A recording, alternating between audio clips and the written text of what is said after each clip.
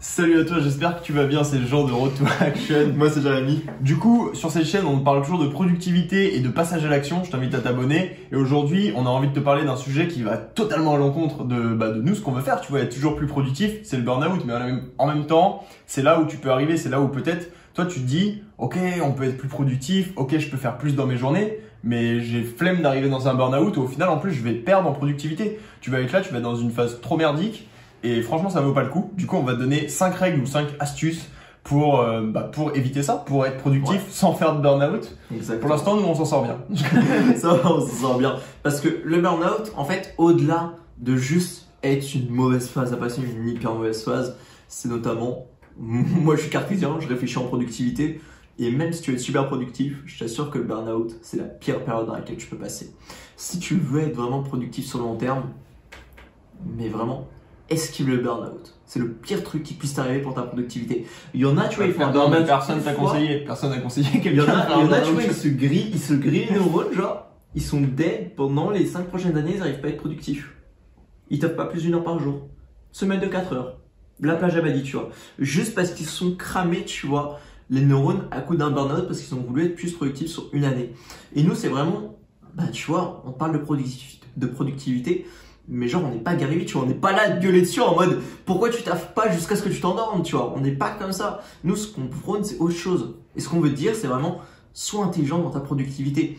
Et je pense que c'est pour ça qu'on va passer aux 5 règles pour vraiment que tu puisses les appliquer et que tu puisses suivre notre mindset si tu as envie de le suivre. Du coup, on s'est dit qu'on était des sages, on n'avait pas envie de te rendre malade. C'est pour ça qu'on fait cette vidéo, regarde jusqu'à la fin. Du coup, première règle, ça va être de trouver des objectifs que t'aimes. Revoir tous tes objectifs, qu'est-ce que tu fais dans ta vie, qu'est-ce que t'aimes et qu'est-ce que t'aimes pas. Puisque y a une différence entre vouloir être productif sur des projets qui te tiennent à cœur, être productif donc sur des choses que tu veux réaliser dans ta vie, ou alors être productif pour gagner de l'argent, mais en vrai dans des trucs vraiment qui te font chier et des trucs qui te rendent malheureux, tu vois. Ça va être les émotions négatives et tout, c'est aussi de là que viennent le burn-out, tu vois. Ouais. Ça va être le manque de sommeil, ça, enfin, on en parle après, mais c'est aussi ça en premier, je pense. Si tu fais un truc que t'aimes pas, en fait, tu rentres dans un putain de cercle vicieux d'autodestruction. Parce que tu vas vouloir un gain, tu vois, tu vas vouloir peut-être des fois du matériel, des fois une situation, une estime de toi, n'importe quoi.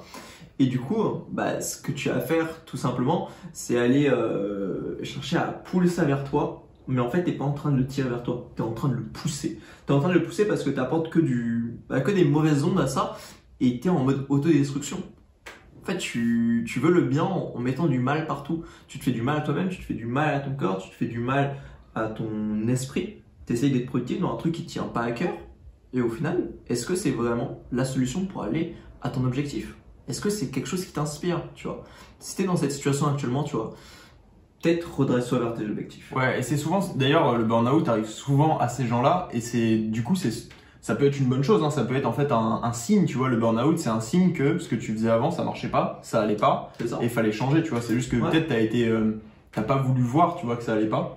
Et c'est là que tu arrives dans ce cas extrême. Mais c'est pour ça qu'il y a des burn-out, tu vois. On a tendance à voir l'entrepreneur qui est dans sa chambre, Mark Zuckerberg qui est là. Désolé, je suis en train de coder le nouveau réseau social à la mode, Facebook, je crois que ça va s'appeler. Mais non, tu vois, c'est pas forcément ça. Actuellement, t'as des salariés à mi-temps qui font des burn-out. Ouais. Alors qu'ils font pas un taf si épuisant que ça physiquement ou spirituellement comparé à créer Facebook. Ouais. Tu vois, ils sont pas là en train de creuser une mine. Bon les gars, demain on est 100 mètres plus loin. Ouais, et justement pour finir sur ça, déjà faut souvent des objectifs du coup qui soient clairs et où tu as une raison de le faire, tu vois. Ouais. Parce que du coup les bullshit jobs, tu vois, les emplois où vraiment t'as pas d'intérêt et tu te sens pas en plus utile à ça, c'est les pires, tu vois. C'est là où tu vas vraiment partir là-dedans. Et le deuxième truc par rapport aux salariés, là où ça arrive le plus, c'est ceux qui font du télétravail, tu vois. Là ça devient la mode. Mais en fait, les employeurs, au lieu de vérifier est-ce que ces employés travaillent bien et tout, il faudrait surtout qu'ils vérifient si ces employés ne travaillent pas trop, genre. Du coup, c'est la deuxième règle, c'est d'arriver à mettre des limites dans ton travail. Et c'est pour ça que les entrepreneurs, comme les gens qui font du télétravail, ont le plus de mal, puisque vu qu'ils travaillent au même endroit, c'est dur de mettre une limite entre ta vie personnelle et ta vie professionnelle, tu vois. Ouais. Est-ce que tu allies vraiment les deux et tout? Du coup, toi, comment tu mets des limites? C'est quoi tes limites? C'est quoi ton budget, genre? Est-ce que tu as un budget temps? Est-ce que tu dis je travaille jusqu'à minuit, 1 heure, 2 heures? Moi franchement je fais de la merde. Du coup dis-moi Jamie, comment tu fais? Tu vas partir en burn-out. Pour ma part, au niveau du budget temps, chaque jour, est-ce que j'arrive à concilier vie perso, vie pro? C'est très complexe quand t'es en télétravail, tu vois. Pour ma part, c'est à travers l'entrepreneuriat et la création de contenu. Mais pour d'autres, ça va être du télétravail, à travers du salariat. Mais en fait, c'est super compliqué à partir du moment où t'es chez toi, que tu travailles, de ne pas mélanger les deux. Parce que, en fait, surtout si tu fais dans les mêmes pièces. Et c'est pour ça que je vais te donner une règle à laquelle je pense tout de suite. Donne-toi une pièce pour travailler. Ou va travailler que dans les coworks. Si tu travailles dans ton lit, c'est le pire. Ou alors c'est pareil, si tu t'habilles pas, imagine, tu sais, les gens qui restent chez eux, ils travaillent en pyjama. C'est-à-dire leur pyjama est associé au travail, genre. C'est ça. Moi, je m'habille, je change de tenue, genre. Je m'habille pour travailler. Moi, clairement, l'exemple du lit, tu vois, j'y suis passé. Hein. Genre, moi, avant, j'étais sur mon Mac en train de taffer dans mon lit, tu vois. Mais c'est de la connerie. Genre, comment tu veux dormir le soir? Comment tu veux que ton cerveau fasse la différence? C'est débile. C'est comme si tu vas faire les mêmes. Tu ferais pas les mêmes choses avec la personne avec qui tu es en couple qu'avec ton meilleur ou ta meilleure amie. Tu ferais pas les mêmes choses. Et si tu commences à faire les mêmes choses demain, un jour, t'es avec ton copain ou ta copine, l'autre jour, t'es avec ton meilleur ou ta meilleure pote. Ça marche pas. Ça marche pas, il y a trop. C'est qui avec qui je suis? C'est mon copain, c'est mon meilleur pote, c'est qui, tu vois? Mais en fait, c'est la même chose si tu travailles dans ton lit, si tu travailles dans les mêmes pièces, que tu te divertis et que tu passes du temps cool avec ta famille ou quoi, bah, ça va pas marcher. Ça va pas marcher parce que ton cerveau ne comprend pas la différence entre les deux. Du coup, ouais, ça va être peut-être le premier truc à mettre en place et pose des limites. Bah, moi, c'est ce que je fais, tu sais, je te disais, genre, par exemple, après 18h, je travaille pas après 18h. J'ai pas de to-do list, j'ai rien de planifié, je fais ce que je veux, genre. Et en plus, ça t'apporte de la liberté. Et il y a une loi qui s'appelle loi de Parkinson. C'est en gros, plus t'as de temps, plus tu vas t'étaler. Tu l'as sûrement déjà expérimenté quand t'étais en études, par exemple. On t'a donné un devoir pour le 15 juin, et bah tu l'as commencé le 14 juin. T'avais 3 semaines, tu l'as commencé parce que tu t'es étalé sur le temps. C'est ton travail, c'est pareil. À quelques jours près, c'était mon bac. Et on en parlait dans la vidéo sur le deep work qu'on te mettra. C'est aussi le but, tu vois, c'est d'avoir un budget. Et d'ailleurs, bah, les deep work, ça peut aussi être une solution. Te dire, ok, le matin, c'est travail sur 3 heures, 4 heures, 5 heures, j'en sais rien, maximum 5 heures, je pense. Et l'après-midi, c'est plus flex. Tu fais ce que tu as à faire et tout. Et même, tu as une limite au bout d'un moment, tu vois, pour pas tomber dans le tout le temps travailler et avoir une vie que de ça, quoi. Bon, après, il faut quand même faire la part des deux, tu vois. Moi, tu gagnes en productivité. Tu gagnes en productivité, mais je pense que ça peut être cool à certains moments dans ton travail, surtout si tu kiffes ça, genre. Je pense notamment, je sais pas, un artiste, genre. Tu kiffes ça. Tu kiffes vraiment ton travail. Un artiste peut faire un burn-out. Un burn-out du poignet à force de peindre, genre. Je sais pas, tu vois. Mais il peut finir un burn-out. Parce qu'il fait que ça. Du coup, je pense vraiment si ce que tu fais, ça te fait vraiment triper. Moi, ça me fait triper de ouf ce que je fais. Du coup, je pense qu'il faut avoir des moments en mode, t'es à fond dedans. Genre, tu le vis à mort. Genre, tu t'en fous, tu dors 4 heures par nuit, rien à foutre, tu manges pas. T'oublies. Non, ça c'est la troisième règle, Jérém, du coup, c'est de pas niquer ton sommeil, d'essayer de garder 6 à 8 heures minimum. Après, bien sûr, ça dépend de chaque personne et tout. Je vais pas te parler des études sur le sommeil, j'ai déjà fait une première vidéo, j'en ferai sûrement d'autres. Mais ouais, garde un bon sommeil, genre. Ouais. Jérémy, là, il est en train d'expérimenter pour vous, en fait, tout ce qu'il faut pas faire. Et comme ça, bah, il vous donnera l'expérience du burn-out. C'est ça, ouais. Partie 2. Partie 2, expérience du burn-out. Non, le sommeil, en vrai, c'est super important.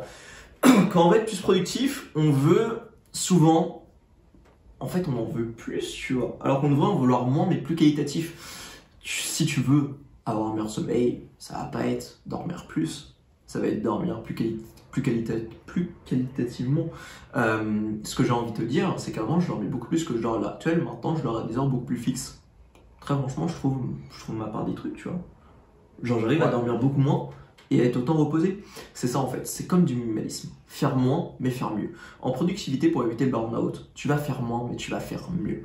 Tu dors mieux, mais t'as arrêté le café aussi. Ça va permettre de passer sur les béquilles de la productivité. Ça, c'est un gros point qui... C'est le quatrième point, du coup, c'est les béquilles de la productivité, tu vois. Quand tu veux être beaucoup plus productif, bah, pas mal de gens, ils vont consommer du café en excès, tu vois. Bien sûr, tu peux prendre un ou deux cafés si c'est ton kiff. Et moi, perso, maintenant, je le réserve vraiment. En fait, je bois du café maintenant, mais pas du tout pour la productivité. Je bois du café parce que je vais au café avec mes potes. Genre, tu vois, genre le moment réservé où genre, ouais, on est là, on discute autour d'un c'est pas associé au travail. Café, tu vois. C'est pas associé au travail.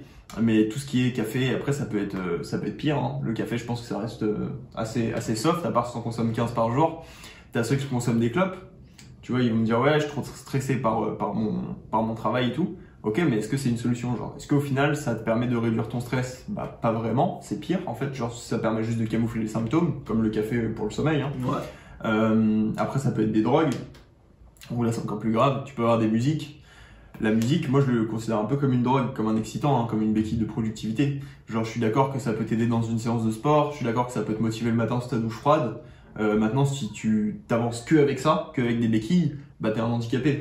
Si tu avances qu'avec des béquilles, le jour où on te les enlève, déjà tu tombes, et ou alors bah peut-être au bout d'un moment, en fait, si tu les utilises trop, elles seront usées, genre. Et pareil, t'avanceras plus. Et tu tombes dans le burn-out à ce moment-là. C'est exactement la même question. Et juste si pour toi les béquilles au final c'est pas si important que ça, si tu veux garder ton café ou quoi, j'ai envie de te poser une question. Tu vois, il y a plein de gens qui, avant de dormir, ils se fument un joint, tu vois. Genre bédodo. Ils se fument un joint avant de dormir. Clairement. Est-ce que tu te visualises la meilleure version de toi-même comme ça? Est-ce que tu considères même que c'est utile? Ok, tu vas mieux dormir. Hein. Tout le monde dort mieux après avoir fumé un joint, tu vois. Ou consommer du sucre aussi. Consommer du sucre, ça permet de traîner, ça te réveille après en plus. Clairement. À long terme, c'est mauvais. Mais clairement, à long terme, c'est de la connerie. Et dans un an, on se retrouve, t'auras plus besoin de fumer un joint, mais deux pour t'endormir. Parce que ça n'aura plus d'effet sur toi. Là, ce que tu es en train de faire, peut-être que tu le fais pas, tu vois, mais dans ce cas, bravo à toi. Mais avec les béquilles de productivité, c'est vraiment de la connerie. Mais vraiment, tout ce autour des béquilles de productivité, je trouve que c'est de la pure connerie. Les musiques de motivation, les drogues, l'alcool, le sucre, les lumières bleues aussi. Les lumières bleues des écrans, quand ça te tient éveillé sur ton taf, ou bah, tu vois les gamers, hein, c'est ceux qui peut-être passent le plus de temps au final dans ce qui pourrait être associé à un travail, tu vois, c'est dans une seule activité. Bah ils sont tenus devant parce que ouais, c'est un accident pour ton cerveau, genre t'es en mode ils pensent qu'il y a du soleil, tu es en mode what, qu'est-ce qui se passe? C'est ça qui les maintient éveillés. Et ouais, pour moi c'est du full bullshit. Et le moyen pour vraiment sortir de ça, sortir de ces béquilles de productivité, sortir de toutes ces mauvaises habitudes que peut-être tu as créées et qui vont à long terme bah te mettre en burn-out, pour moi il y en a une seule, c'est faire une putain de retraite spirituelle. Yes, en plus nous on avait déjà fait une vidéo sur les pauses qu'on te mettra aussi. Là ça va être quelque chose d'un peu plus long, tu vois, mais au final c'est une pause dans ta vie. Un moment où ouais, tu peux partir une semaine, tu peux partir 2 semaines. Il y en a qui le font pendant leurs vacances, mais leurs vacances t'as encore des stimulations et tout. Moi je préfère être, quand j'entends retraite spirituelle, c'est j'entends le truc où vraiment je suis tout seul. Je suis tout seul et je suis là, je peux me ressourcer et aller totalement à l'encontre de cette société qui nous parle de performance tout le temps et qui nous pousse aussi à être plus productif, tu vois, mais il faut savoir pourquoi tu vas être plus productif. Bah, ça revient au 1, hein, les objectifs. C'est ça. Sinon, t'es en surchauffe. Sinon, c'est le moment en fait pour mettre ton cerveau en off, même ton corps en off, hein, c'est un tout. Et toi, tu fais quoi au niveau retraite spirituelle? La dernière retraite spirituelle que j'ai fait, c'était un stage de méditation de 5 jours, téléphone dans le micro-ondes, c'était génial. Mais sinon, quel genre de retraite spirituelle? Alors, une micro-retraite spirituelle, bah, ça va être des pauses. Concrètement, aller faire une petite séance de sport, ça fait une retraite spirituelle mais pas physique. J'aime bien associer les deux.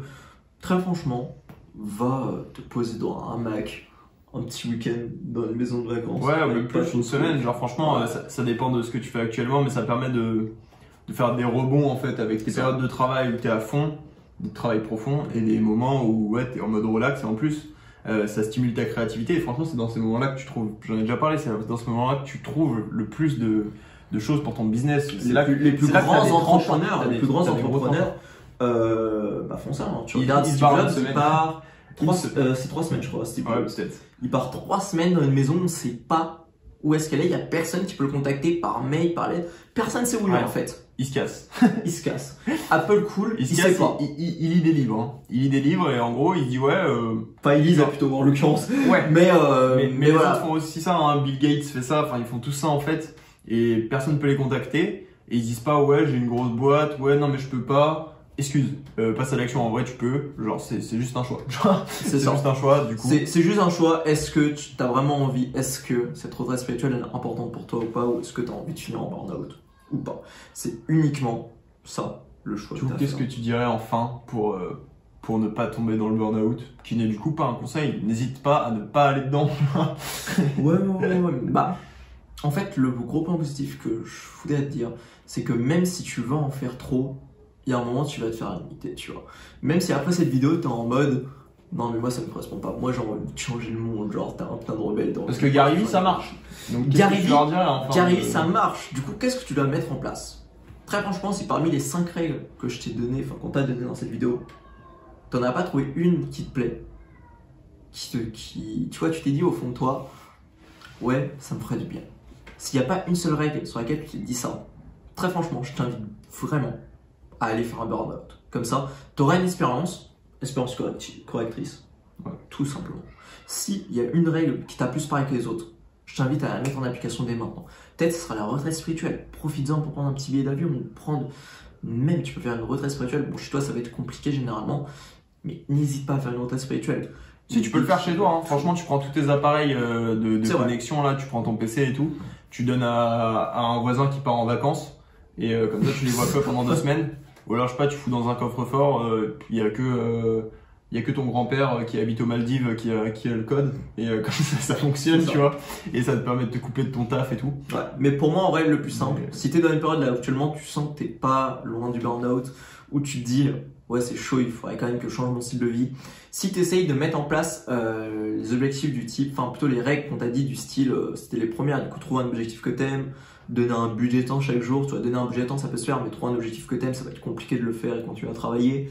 Ne pas niquer son sommeil, c'est compliqué de le faire et continuer à être productif. Esquiver les béquilles de productivité, je t'en parle même pas. Du coup, ce que tu dois faire, selon moi, c'est vraiment la retraite spirituelle avant tout. Avant tout, pour prendre du recul par rapport à ta situation et revenir vraiment plus fort sur des nouvelles bases, des bases saines. Du coup, si cette vidéo t'a plu, cette vidéo t'a aidé, te permet vraiment de ne pas aller dans un burn-out dans les prochains mois, je t'invite à la liker, à la commenter, c'est gratuit, ça mange pas de pain, ça nous aide à être mieux référencés. En tout cas, cette chaîne, on parle de productivité, de passage à l'action, et on t'aide, en fait, à être productif sans faire de burn-out. Du coup, si ça t'intéresse, je t'invite à t'abonner à la chaîne, et on se retrouve très très vite dans une prochaine vidéo. À bientôt. Ciao.